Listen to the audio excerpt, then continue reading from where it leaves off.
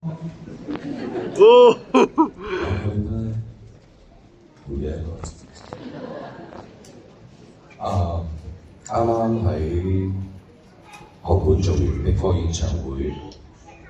佢哋好熱情嘅。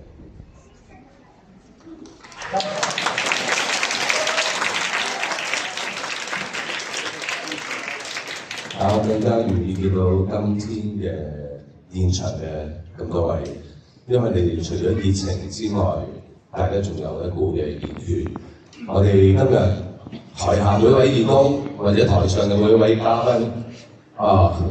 我哋都係用咗我哋頂住一個健康嘅身體，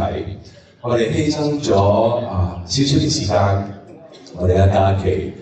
去將愛傳出去。想至少好似要好正經咁樣啦，咁但係我只係今日感到好大股嘅愛啊，充滿咗喺呢個空氣當中。希望今日大家我哋現場成千人啦700、800位嘅義工啦，加埋我哋台上嘅各位嘅嘉賓啦，我哋今日將愛繼續傳出去。今日我睇到新聞嘅一個頭條。話香港嘅獨居長者已經達到30萬人啦，所以佢哋係好需要幫助，好需要我哋唔止今日，係往後日子都需要我哋去繼續為佢哋服務嘅。